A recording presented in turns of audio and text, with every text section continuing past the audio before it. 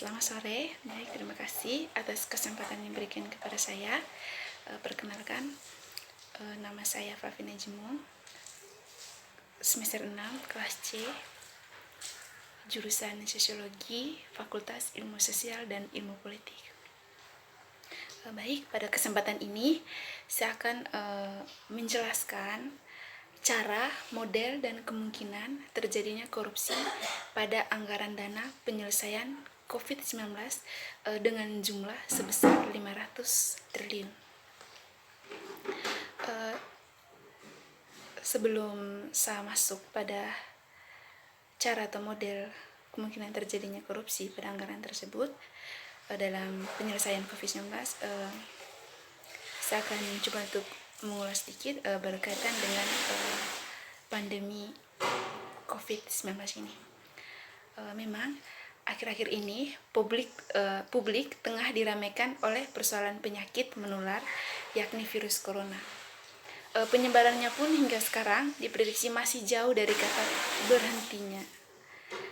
Jumlah kasus penyakit menular ini terus meningkat, khususnya di negara-negara yang menjadi pusat penularan saat ini, dan Indonesia memiliki korban COVID-19 yang banyak. Dari situasi di Indonesia saat ini, maka seharusnya rakyat Indonesia perlu meningkatkan kewaspadaan dan perhatian kepada kesehatan dan selalu menjaga lingkungan agar tetap bersih dan selalu menjaga daya tahan tubuh dengan makan dan istirahat yang cukup, dan bagi masyarakatnya saling membantu sesama.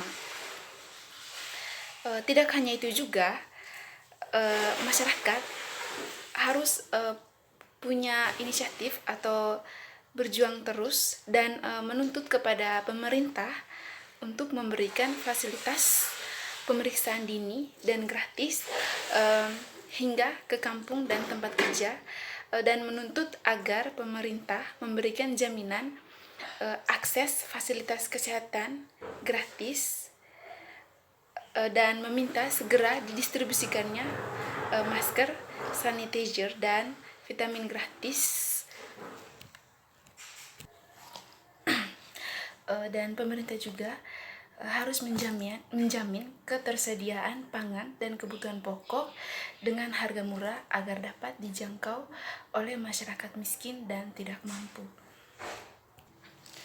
Tentu kita ketahui bahwa pemerintah telah membuat sejumlah kebijakan untuk merespon persoalan COVID-19.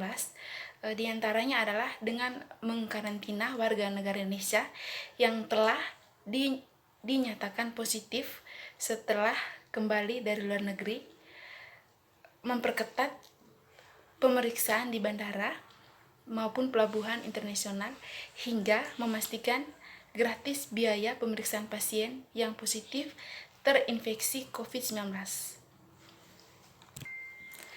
Memang dari seluruh pelaksanaan atau kebijakan ini itu tentu memerlukan dukungan dan anggaran yang cukup. Sekarang berkaitan dengan anggaran yang dipersiapkan oleh pemerintah untuk penyelesaian COVID-19 terkait dengan wabah virus corona yang belum berakhir, pemerintah akan mengalokasikan anggaran yang sangat besar untuk menangani penyebaran virus corona di dalam negeri sebesar 500 triliun.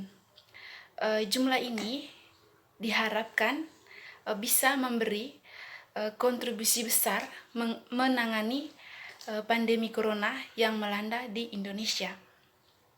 Dengan harapan semua hal yang terkait dengan berbagai upaya dalam mengatasi masalah yang sangat luar biasa ini agar segera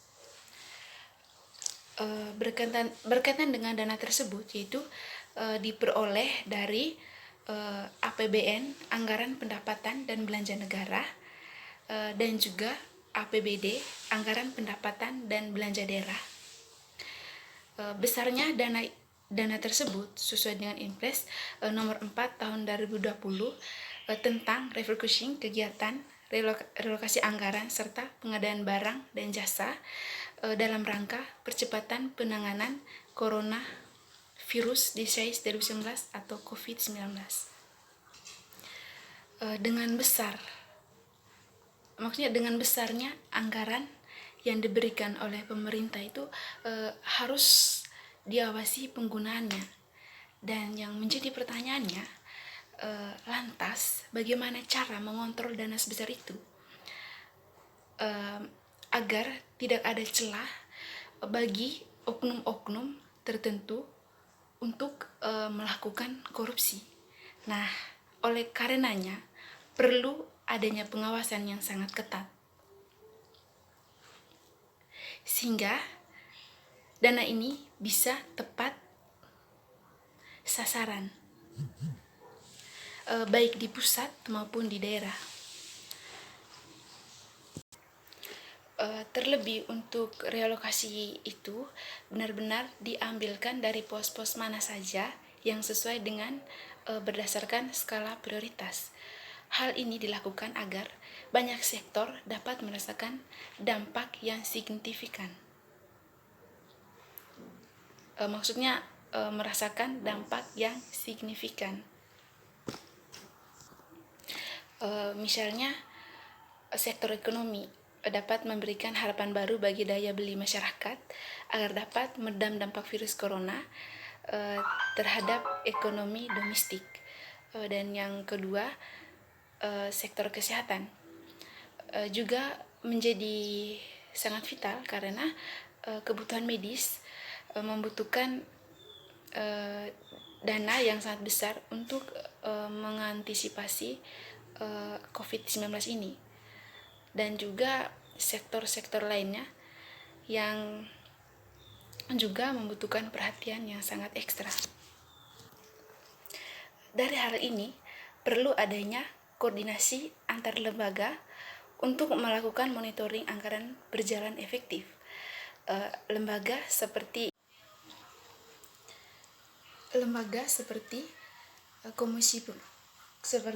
Komisi Pemberantasan Korupsi atau KPK, Badan Pemeriksaan Keuangan atau BPK, dan Badan Pengawasan Keuangan dan Pembangunan atau BPKP adalah garda terdepan dalam mencegah terjadinya korupsi.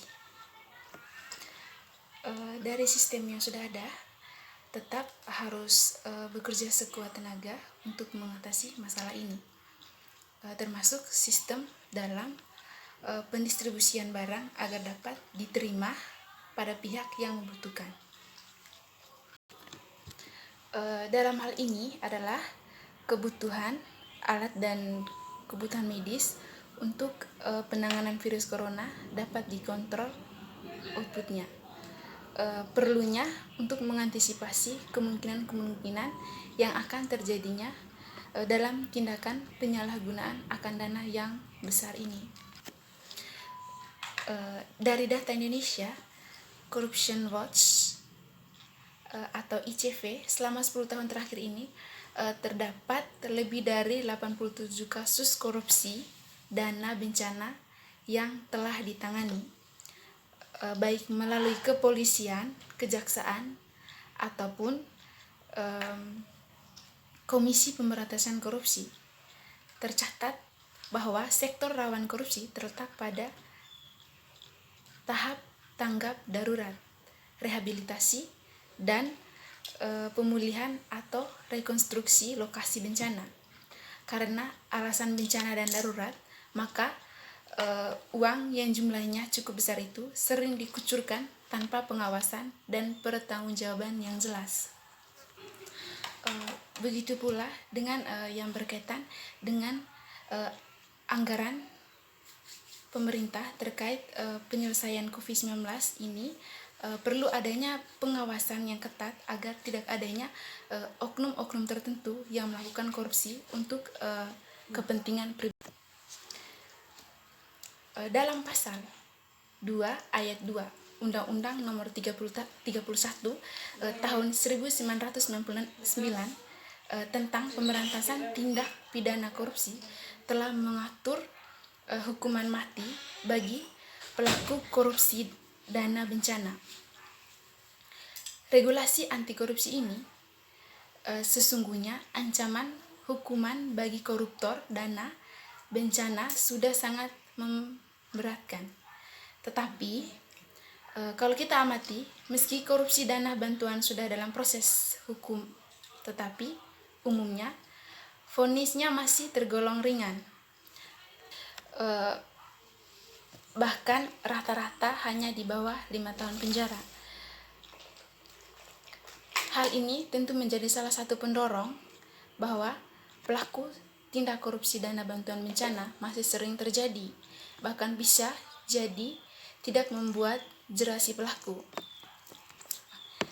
Nah, kira-kira apa yang mesti dilakukan untuk mencegah terjadinya korupsi dalam dana bencana ini, termasuk dalam rangka tanggap darurat virus corona ini? Upaya-upaya yang keras tentu harus dilakukan dari semua sektor. Ada sejumlah upaya yang dapat dilakukan untuk mencegah praktik korupsi dana bantuan bencana, termasuk dalam dana bantuan untuk penanganan virus corona yang akan segera dikucurkan pemerintah. Salah satunya adalah meningkatkan integritas yang kuat bagi sumber daya yang terlibat dalam penggunaan dana tersebut. Integritas tidak terlepas dari upaya untuk menjadi orang yang utuh, yang bekerja dengan baik. Hal itu terwujud dalam menjalankan fungsinya sesuai dengan apa yang telah dirancang sebelumnya. Integritas sangat terkait dengan keutuhan dan keefektifan seseorang sebagai insan manusia. Berikutnya adalah membangun komunikasi yang kuat dan warning dini disertai dengan upaya terhadap sanksi yang tegas terhadap pelaku korupsi. Ini dilakukan agar keinginan untuk melakukan tindakan korupsi dapat diminimalisir.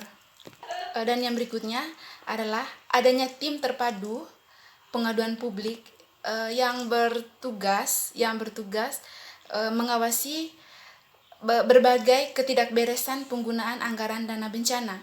Tim ini bisa dibentuk lintas sektoral dengan melibatkan pihak-pihak berkompeten untuk mengambil langkah konkret dalam memberikan sanksi ataupun hukuman yang sesuai. Dan yang berikutnya, solidaritas tim yang tangguh